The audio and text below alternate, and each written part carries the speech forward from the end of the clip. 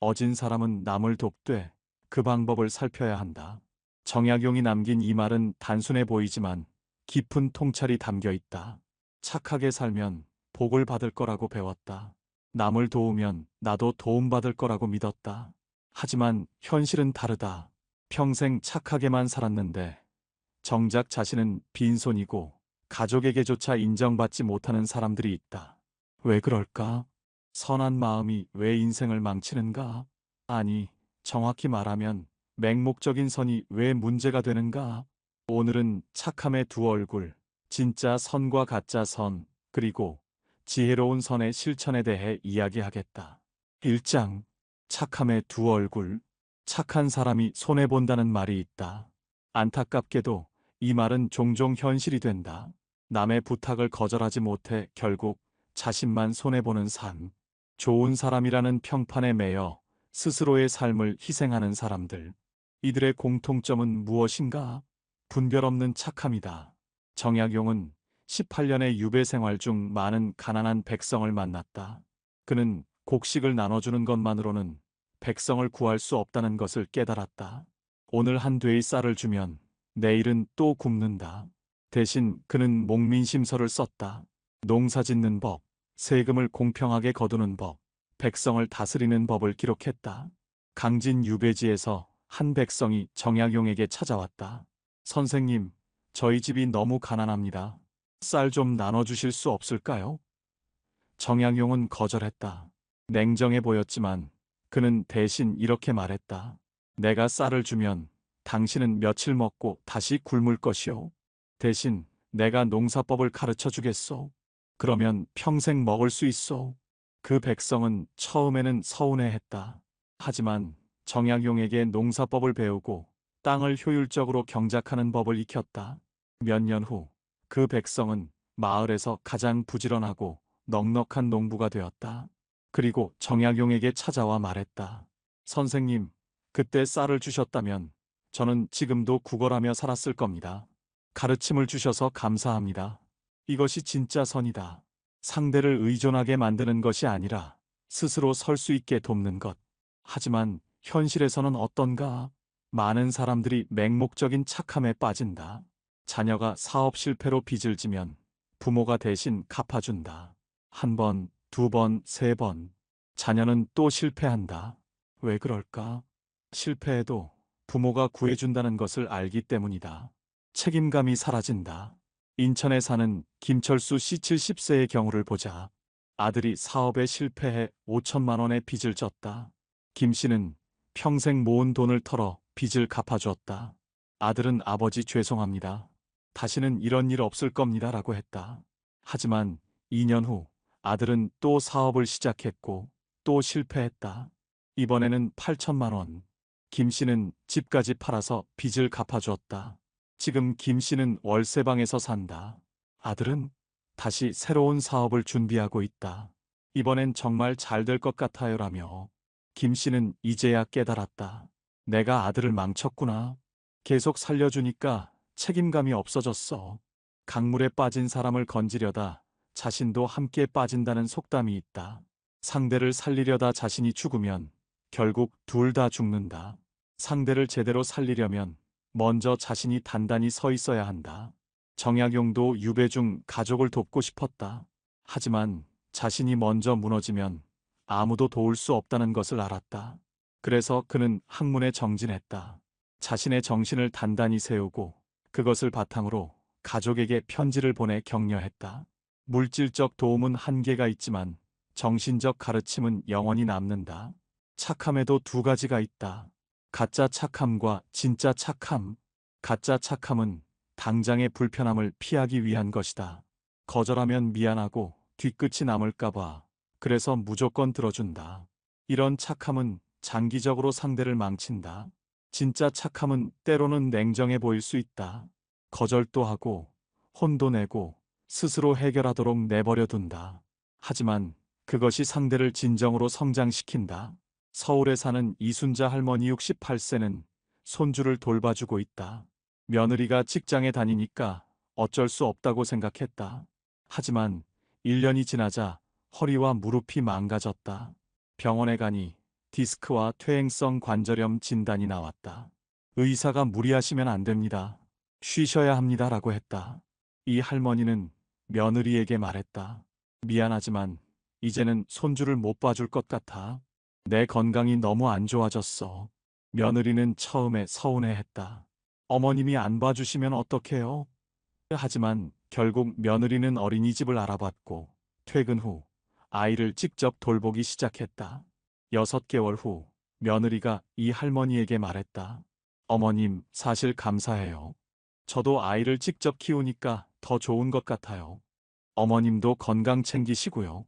이 할머니가 거절하지 않았다면 건강을 완전히 잃었을 것이고 며느리는 계속 의존했을 것이다. 거절도 사랑이다. 진짜 착함은 상대가 스스로 설 수 있도록 돕는 것이지 평생 업어주는 것이 아니다. 2장. 진짜 선과 가짜 선 구분하기. 가짜 선의 특징은 무엇인가? 첫째, 인정 욕구에서 나온다. 나는 좋은 사람이야라는 것을 증명하고 싶어서 베푼다. 둘째, 자기 희생을 통한 도덕적 우월감을 느낀다. 나는 이렇게 희생하는데 너는 뭐 하냐는 식의 태도가 숨어 있다. 셋째, 결과를 고려하지 않는다. 당장 좋은 일을 했다는 것에만 만족하고 장기적으로 어떤 영향을 미칠지는 생각하지 않는다. 반면 진짜 선은 다르다. 첫째, 상대의 자립을 목표로 한다. 물고기를 주는 것이 아니라 물고기 잡는 법을 가르친다. 둘째, 자신의 기반을 해치지 않는다. 자신이 무너지면 아무도 도울 수 없다는 것을 안다. 셋째, 장기적 관점을 가진다. 당장의 불편함보다 먼 미래의 행복을 우선한다. 맹자는 이렇게 말했다. 어리석은 자를 불쌍히 여기는 것은 인이 아니요. 그를 깨우쳐 세우는 것이 참된 인이다. 단순히 동정하는 것은 진짜 사랑이 아니다. 상대를 성장시키는 것이 진짜 사랑이다. 부산에 사는 최동식 할아버지 73세의 이야기를 들어보자. 딸이 이혼하고 두 아이와 함께 친정으로 돌아왔다. 최 할아버지는 딸을 도와주고 싶었다. 하지만 무작정 돈을 주거나 모든 것을 해결해 주지 않았다. 대신 이렇게 말했다. 1년 동안은 우리 집에서 지내도 좋아. 하지만 그동안 직업 교육을 받고 일자리를 구해야 해. 손주들은 내가 봐줄 테니 내가 일할 수 있게 해줄게. 대신 1년 후에는 독립해야 해. 딸은 처음에 아버지가 너무 냉정하다고 느꼈다. 하지만 시간 제한이 있으니까 열심히 움직였다. 간호조무사 자격증을 땄고 요양병원에 취직했다. 9개월 만에 작은 아파트를 얻어 독립했다. 지금은 어떻게 됐을까? 딸은 경제적으로 자립했고 자녀들도 건강하게 자라고 있다. 딸이 아버지에게 말했다. 아버지 덕분에 제가 다시 일어설 수 있었어요. 만약 아버지가 계속 모든 걸 해주셨다면 저는 지금도 의존하며 살았을 거예요. 최 할아버지는 딸을 진짜로 사랑했다. 그래서 냉정하게 보였지만 실은 딸이 스스로 설 수 있도록 도운 것이다. 반대 사례도 있다. 대구에 사는 한영자 할머니 71세는 아들이 사업 실패 후 집으로 돌아오자 모든 것을 다 해줬다. 밥도 차려주고 빨래도 해주고 용돈도 줬다. 5년이 지난 지금도 아들은 집에서 놀고 있다. 가끔 일자리 알아보고 있다고 말하지만 실제로 움직이지는 않는다. 한 할머니는 이제야 깨달았다. 내가 너무 다 해줘서 아들이 망가졌구나. 하지만 이미 늦었다. 아들은 50대가 되어서도 부모에게 의존하고 있다. 진짜 선은 때로는 잔인해 보인다. 상대를 내버려 두고 스스로 헤쳐나가게 한다. 하지만 그것이 상대를 진짜로 성장시킨다. 가짜 선은 따뜻해 보인다. 모든 것을 다 해주고 아픔을 느끼지 않게 한다. 하지만 그것이 상대를 망친다. 정약용은 목민심서에서 이렇게 썼다. 백성을 위하는 것은 한 사람을 구휼하는 데 있지 않고 모두가 살아갈 길을 만드는 데 있다. 한 사람에게 밥을 주는 것보다 모두가 밥을 먹을 수 있는 제도를 만드는 것이 진짜 선이다. 가난한 백성 100명에게 쌀 한 되씩을 나눠주면 며칠 먹고 끝이다. 하지만 농사법을 개선하고 세금을 공평하게 하고 부패한 관리를 없애면 모두가 평생 먹고 살 수 있다. 정약용은 후자를 택했다. 우리 삶에도 똑같이 적용된다. 자녀에게 돈을 계속 주는 것이 선인가? 아니면 자녀가 경제적으로 자립할 수 있도록 교육하고 기회를 주는 것이 선인가? 손주를 대신 키워주는 것이 선인가? 아니면 부모가 직접 키울 수 있도록 도와주는 것이 선인가? 진짜 선은 상대를 의존하게 만들지 않는다. 진짜 선은 상대가 혼자서도 잘 살 수 있게 만든다. 3장. 지혜로운 선의 실천. 그렇다면 어떻게 해야 하는가? 지혜로운 선을 실천하려면 세 가지 원칙이 필요하다. 첫째, 선의 우선순위를 지켜라. 자신 가족 사회 순으로 베풀어야 무너지지 않는다. 비행기 안전 수칙을 생각해보라. 산소 마스크가 떨어지면 자신이 먼저 착용한 후 아이를 도와야 한다. 왜 그런가? 자신이 먼저 쓰러지면 아이도 구할 수 없기 때문이다. 자신을 돌보지 않고 남만 돕는 것은 어리석다. 건강을 해치면서까지 손주를 돌보고 생활비가 없으면서까지 자녀를 지원하고 노후 준비를 포기하면서까지 남을 돕는 것은 진짜 선이 아니다. 결국 자신이 무너지고 주변 사람에게도 짐이 된다. 광주에 사는 박정숙 할머니 69세는 평생 남을 도우며 살았다. 이웃이 어려우면 돈을 빌려주고 친척이 부탁하면 달려갔다. 그런데 70이 가까워지니 몸이 안 좋아졌다. 병원비가 필요한데 돈이 없었다. 빌려준 돈은 돌아오지 않았고 도와줬던 사람들은 연락이 끊겼다. 박할머니는 자녀들에게 손을 벌려야 했다. 병원비 좀 도와줄래? 자녀들은 도와줬지만 마음속으로는 생각했다. 어머니가 다른 사람들 도와줄 돈으로 노후 준비를 하셨으면 우리한테 이러지 않으셨을 텐데. 박할머니는 이제야 후회한다. 내가 나부터 챙겼어야 했는데. 자신이 단단해야 남도 도울 수 있다. 나무가 뿌리가 튼튼해야 가지를 뻗고 열매를 맺는다. 뿌리가 약하면 나무 자체가 쓰러진다. 둘째, 지혜로운 선행의 기준을 세워라. 도와주기 전에 두 가지를 물어보라. 첫째, 이것이 상대가 스스로 설 수 있도록 돕는가? 둘째, 내 삶의 기반을 해치지 않는가? 두 가지 모두 예라면 도와라. 하나라도 아니오라면 거절하거나 다른 방법을 찾아라. 예를 들어, 자녀가 교육비 지원을 요청했다면 그 돈으로 자녀가 더 나은 기술을 배워 경제적으로 자립할 수 있다면 지원하는 것이 맞다. 하지만 그 돈으로 사치품을 사거나 빚을 갚고 또 빚을 내는 패턴이 반복된다면 거절해야 한다. 정약용은 아들들에게 이렇게 가르쳤다. 돈을 함부로 빌려주지 마라. 진짜 어려운 사람인지 아니면 게으른 사람인지를 먼저 살펴라. 게으른 사람을 도와주면 그는 더 게을러진다. 진짜 어려운 사람을 도와주되 스스로 일어설 수 있는 방법을 함께 찾아주어라. 제주도에 사는 양순예 할머니 72세는 조카가 사업 자금을 빌려달라고 했을 때 거절했다. 조카는 서운해했다. 이모, 저 정말 어려워요. 도와주세요. 하지만 양 할머니는 단호했다. 내가 이전에도 2번이나 사업에 실패했잖니. 내가 돈을 주면 또 날릴 거야. 대신 취직해서 돈을 모으는 방법을 먼저 배워. 조카는 화가 났지만 결국 취직했다. 3년 동안 일하면서 돈을 모으고 경영을 배웠다. 그리고 다시 사업을 시작했는데 이번에는 성공했다. 나중에 조카가 양 할머니에게 말했다. 이모가 그때 돈을 안 빌려주셔서 감사해요. 만약 빌려주셨다면 저는 또 실패했을 거예요. 진짜 사랑은 때로는 거절이다. 진짜 도움은 때로는 냉정함이다. 셋째, 장기적 관점을 가져라. 당장의 불편함보다 먼 미래의 행복을 우선하라. 지금 도와주면 상대가 편하겠지만 장기적으로 그 사람에게 도움이 되는가를 생각하라. 손주를 계속 돌봐주면 며느리나 아들은 편하다. 하지만 장기적으로는 부모가 아이를 직접 돌보지 않으면 애착 관계가 약해진다. 아이도 부모도 손해다. 그리고 할머니 할아버지는 건강을 잃는다. 대신 이렇게 해보라. 손주는 주말에만 봐줄게. 평일에는 부모가 직접 키워야 해. 처음에는 불편하겠지만 장기적으로는 모두에게 이롭다.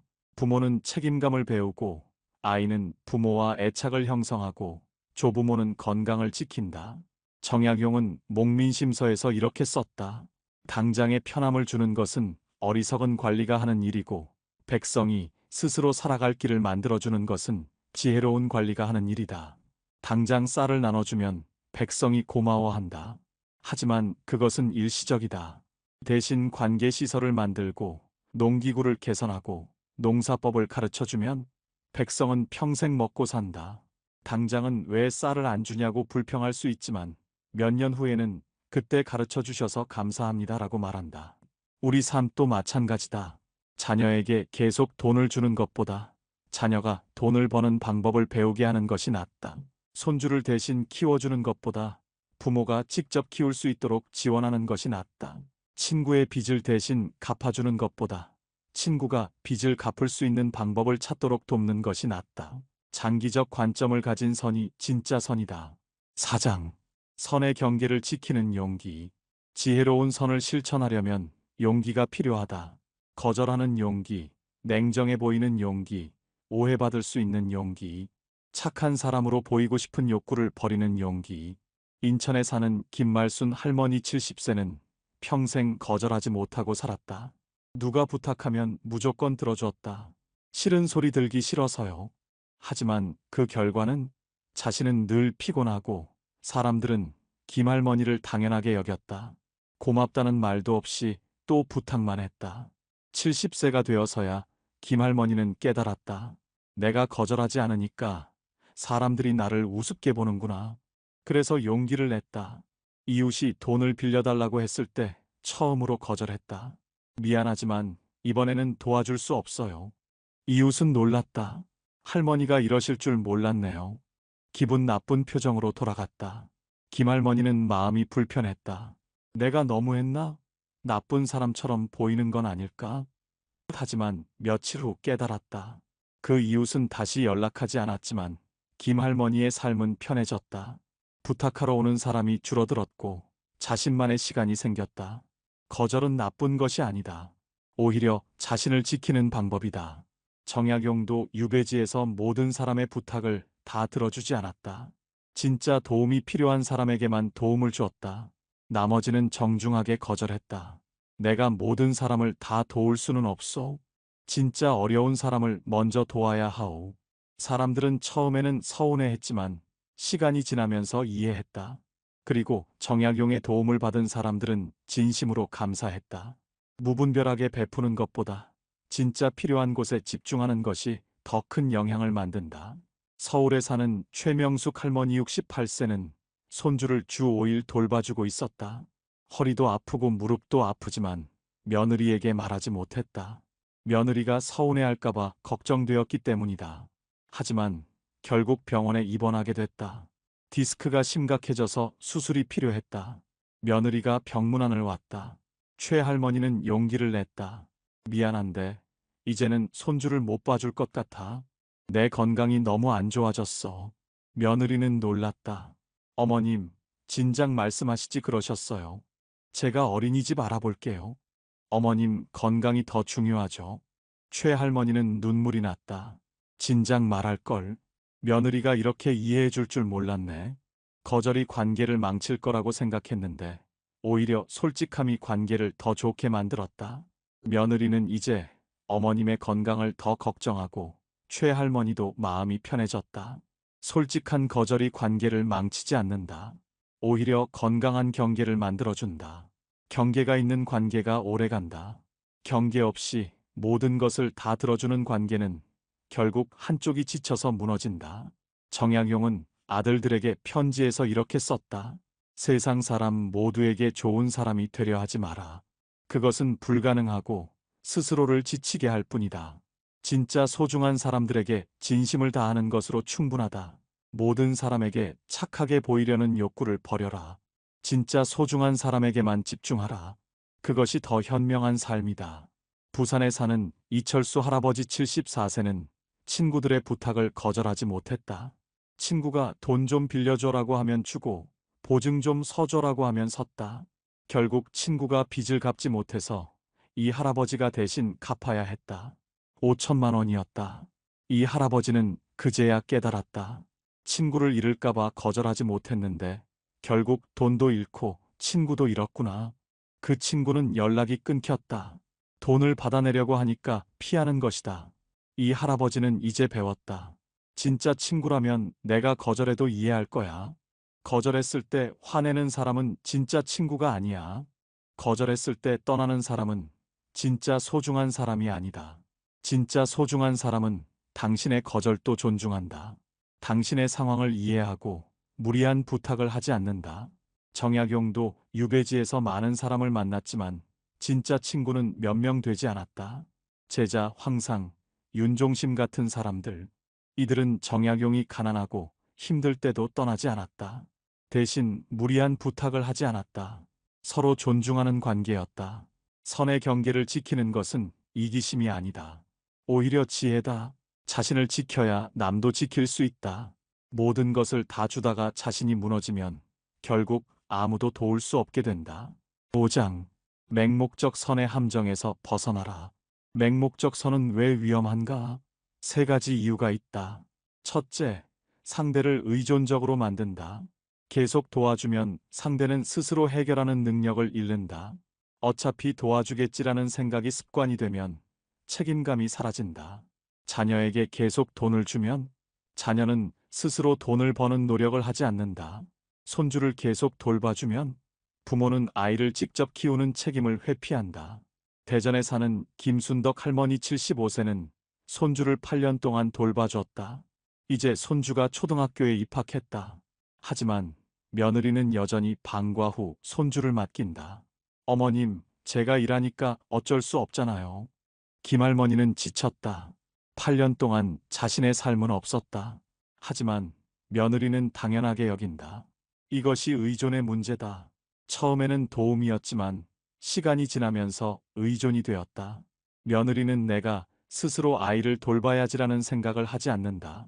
할머니가 해주니까. 둘째, 자신을 소진시킨다. 계속 베풀다 보면 자신의 에너지, 건강, 재정이 바닥난다. 그런데도 멈추지 못한다.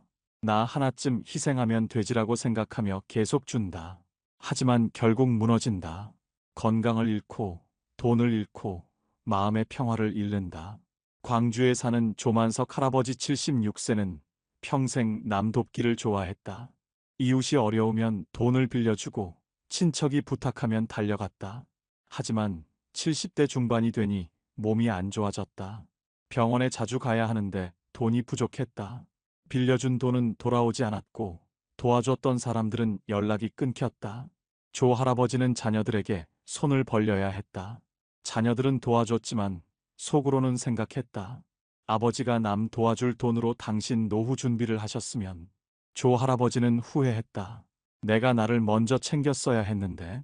자신을 소진시키는 선은 진짜 선이 아니다. 오히려 주변 사람에게 짐이 된다.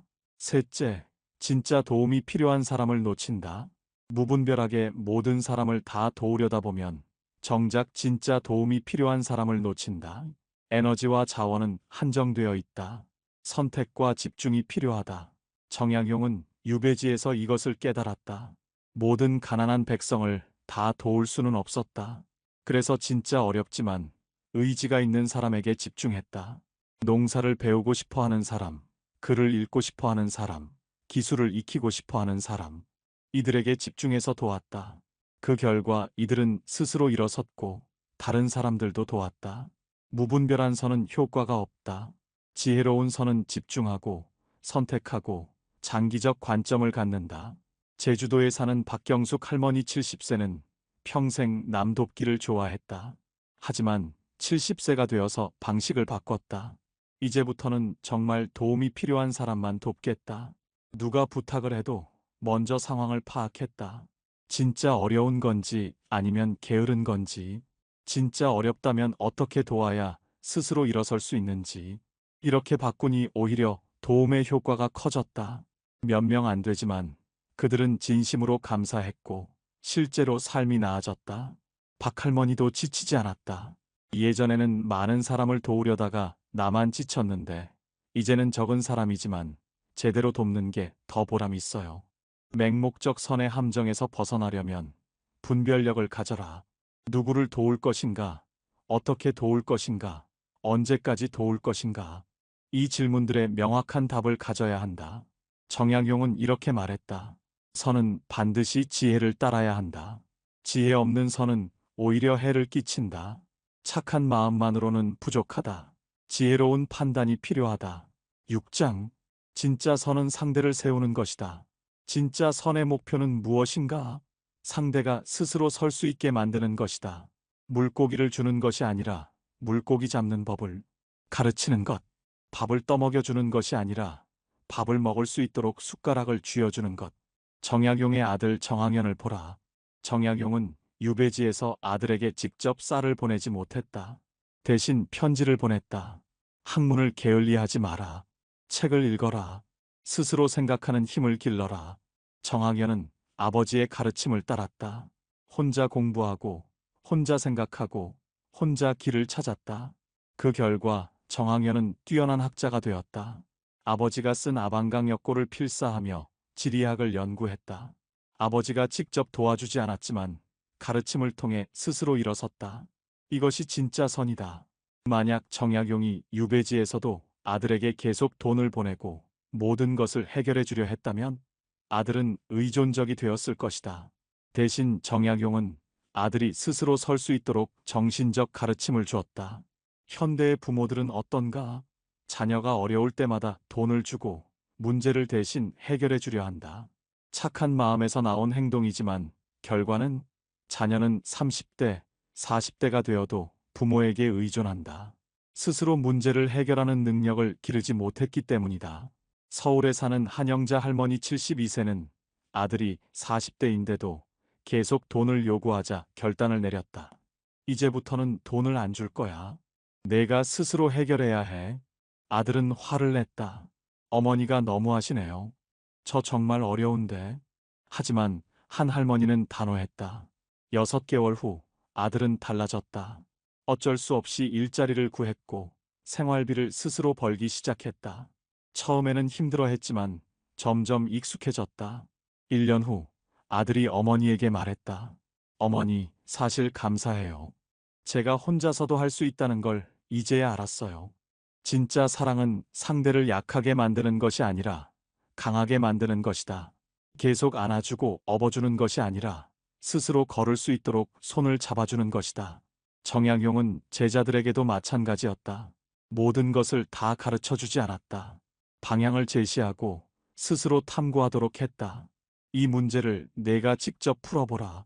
내가 답을 주는 것보다 내가 답을 찾는 과정이 더 중요하다. 제자들은 처음에는 힘들어했다. 선생님이 그냥 답을 알려주시면 안 될까요? 하지만 정약용은 거절했다. 내가 답을 주면 너는 외우기만 할 것이다. 내가 직접 찾아야 진짜 내 것이 된다. 그 결과 정약용의 제자들은 모두 훌륭한 학자가 되었다. 선생님이 모든 것을 다 가르쳐 준 것이 아니라 스스로 배우는 방법을 가르쳐 줬기 때문이다. 부산에 사는 최동식 할아버지 77세는 손주가 숙제를 못하겠다고 하자 대신 해주지 않았다. 할아버지가 도와줄게. 근데 할아버지가 다 해주는 게 아니라 내가 하는 걸 옆에서 봐줄게. 손주는 처음에는 할아버지가 해주세요라고 했지만 최 할아버지는 거절했다. 내가 해야 내 실력이 늘어. 할아버지가 해주면 넌 아무것도 못 배워. 손주는 어쩔 수 없이 혼자 풀었다. 틀리기도 하고 시간도 오래 걸렸지만 결국 해냈다. 그리고 뿌듯해했다. 할아버지, 제가 혼자 했어요. 최 할아버지는 웃으며 말했다. 잘했다. 내가 혼자 한 거니까 더 멋지지? 손주는 그날 이후 숙제를 대신 해달라고 하지 않았다. 스스로 하는 재미를 알게 되었기 때문이다. 진짜 선은 상대를 세우는 것이다. 의존하게 만드는 것이 아니라 독립하게 만드는 것이다. 약하게 만드는 것이 아니라 강하게 만드는 것이다. 7장. 지혜로운 선을 위한 실천 지침. 그렇다면 구체적으로 어떻게 해야 하는가? 지혜로운 선을 실천하기 위한 몇 가지 지침을 제시한다. 첫째, 도와주기 전에 질문하라. 이 도움이 상대를 의존적으로 만들까? 아니면 자립적으로 만들까? 이 도움이 장기적으로 상대에게 도움이 될까? 이 도움이 내 삶의 기반을 해칠까? 이 질문들에 답하라. 그리고 현명한 판단을 내려라. 둘째, 도움의 기한을 정하라. 무한정 도와주지 마라. 3개월 동안은 도와줄게. 그동안 내가 스스로 설 수 있는 방법을 찾아야 해. 기한이 있으면 상대도 긴장하고 노력한다. 기한이 없으면 안주한다. 대구에 사는 김용철 할아버지 75세는 손주 등록금을 지원하면서 조건을 걸었다. 대학교 4년 동안만 지원할게. 졸업하면 내가 직접 벌어야 해. 그리고 성적이 일정 수준 이상이어야 계속 지원해. 손주는 열심히 공부했다. 할아버지의 돈을 허투루 쓰고 싶지 않았기 때문이다. 4년 후 손주는 졸업하고 좋은 직장에 취직했다. 만약 김 할아버지가 내가 필요하면 언제든지 도와줄게라고 했다면 손주는 긴장감 없이 학교를 다녔을 것이고 졸업 후에도 할아버지에게 의존했을 것이다. 셋째, 방법을 가르쳐라. 결과를 주지 마라. 물고기를 주지 말고 물고기 잡는 법을 가르쳐라. 돈을 주지 말고 돈 버는 법을 가르쳐라.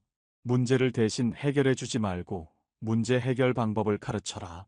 정약용이 백성들에게 한 것처럼 말이다. 쌀을 나눠주는 대신 농사법을 가르쳤다. 당장은 배고플 수 있지만 장기적으로는 평생 먹고 살 수 있게 되었다. 넷째, 진짜 어려운 사람에게 집중하라. 모든 사람을 다 도울 수는 없다. 에너지와 자원은 한정되어 있다. 진짜 어렵지만 의지가 있는 사람, 도움을 받으면 스스로 일어설 수 있는 사람에게 집중하라. 게으르거나 반복적으로 문제를 일으키는 사람은 과감히 놓아라. 그들을 도와봤자 밑 빠진 독에 물 붓기다. 대신 진짜 노력하는 사람을 도와라. 그들은 도움을 발판 삼아 날아오른다. 다섯째, 거절하는 용기를 가져라. 모든 부탁을 다 들어줄 필요는 없다. 아니오라고 말하는 것은 나쁜 것이 아니다. 자신을 지키는 방법이고 상대에게도 책임감을 심어주는 방법이다. 정약용도 모든 사람의 부탁을 다 들어주지 않았다. 진짜 필요한 경우에만 도왔다. 나머지는 정중하게 거절했다. 내가 모든 사람을 다 도울 수는 없소. 진짜 어려운 사람을 먼저 도와야 하오. 여섯째, 자신을 먼저 챙겨라. 자신이 무너지면 아무도 도울 수 없다. 건강을 지키고 경제적 안정을 유지하고 마음의 평화를 지켜라. 그것이 먼저다. 그래야 남도 도울 수 있다. 비행기 안전 수칙을 기억하라. 산소 마스크가 떨어지면 자신이 먼저 착용한 후 아이를 도와라. 자신이 쓰러지면 아이도 구할 수 없다. 8장 철학적 성찰과 마무리. 이제 마지막 질문을 던져보자. 나는 지금 진짜 선을 실천하고 있는가? 아니면 가짜 선의 함정에 빠져 있는가? 진짜 선은 상대를 세운다. 가짜 선은 상대를 의존하게 만든다. 진짜 선은 장기적 관점을 갖는다. 가짜 선은 당장의 편함만 추구한다. 진짜 선은 자신의 기반을 지킨다. 가짜 선은 자신을 희생한다. 당신은 어떤 선을 실천하고 있는가? 솔직하게 돌아보라. 자녀에게, 손주에게, 친구에게, 이웃에게 어떤 방식으로 도움을 주고 있는가? 그 도움이 그들을 성장시키는가 아니면 의존하게 만드는가? 정약용은 평생 이 질문과 씨름했다. 백성을 어떻게 도와야 하는가? 가족을 어떻게 도와야 하는가? 제자를 어떻게 도와야 하는가? 그의 답은 명확했다. 스스로 설 수 있도록 도와라. 평생 업어주지 마라. 그래서 그는 쌀 대신 책을 썼다. 돈 대신 가르침을 주었다. 당장의 해결책 대신 장기적인 방향을 제시했다. 그 결과 정약용의 가르침은 200년이 지난 지금도 살아있다. 목민심서는 여전히 읽히고 그의 철학은 여전히 유효하다. 우리도 마찬가지다. 당장의 편함을 주는 것보다 장기적인 성장을 돕는 것이 진짜 사랑이다. 모든 것을 다 해주는 것보다 스스로 할 수 있도록 옆에서 지켜보는 것이 진짜 배려다. 선한 마음이 인생을 망친다는 말은 모든 선이 나쁘다는 뜻이 아니다. 맹목적인 선, 분별 없는 선, 지혜 없는 선이 문제라는 뜻이다. 반대로 지혜로운 선, 분별 있는 선, 장기적 관점을 가진 선은 인생을 살린다. 정약용의 마지막 가르침을 다시 새기자. 선은 반드시 지혜를 따라야 한다. 지혜 없는 선은 오히려 해를 끼친다. 마무리 메시지. 당신의 착한 마음은 소중합니다. 하지만 그 마음이 맹목적이어서는 안 됩니다. 지혜와 분별력으로 무장한 선이어야 합니다. 상대를 의존하게 만드는 선이 아니라 상대를 세우는 선을 실천하세요. 당장의 편함을 주는 선이 아니라 장기적인 성장을 돕는 선을 택하세요. 자신을 희생하는 선이 아니라 자신도 지키면서 남도 돕는 선을 추구하세요. 나이가 들수록 진짜 지혜는 이것입니다. 모든 사람에게 착하게 보이려 하지 말고 진짜 소중한 사람에게 진심을 다하는 것. 무분별하게 베풀지 말고 지혜롭게 선택하는 것. 맹목적으로 돕지 말고 상대가 스스로 설 수 있도록 방향을 제시하는 것. 정약용이 18년의 유배 생활을 통해 깨달은 것처럼 진짜 선은 상대를 약하게 만들지 않습니다. 오히려 강하게 만듭니다. 진짜 사랑은 평생 업어주는 것이 아니라 스스로 걸을 수 있도록 손을 잡아주는 것입니다. 오늘부터 당신의 선을 점검해 보세요. 가짜 선의 함정에 빠져 있지는 않은지, 맹목적인 착함으로 자신과 주변을 해치고 있지는 않은지 돌아보세요. 그리고 지혜로운 선으로 방향을 바꿔보세요. 그때 비로소 당신의 선한 마음이 진짜 빛을 발할 것입니다. 당신도 행복하고 상대방도 성장하는 아름다운 관계를 만들 수 있을 것입니다. 당신의 노년이 맹목적 착함이 아닌 지혜로운 선으로 채워지기를 바랍니다. 정약용의 가르침이 당신의 삶에 빛이 되기를 바랍니다. 오늘 이야기가 마음에 남으셨나요? 다산 정약용의 지혜를 담은 이야기, 정약용의 인생 수업은 앞으로도 계속됩니다. 좋아요와 구독으로 함께 해주시면 더 깊은 삶의 통찰을 전해드리겠습니다. 감사합니다.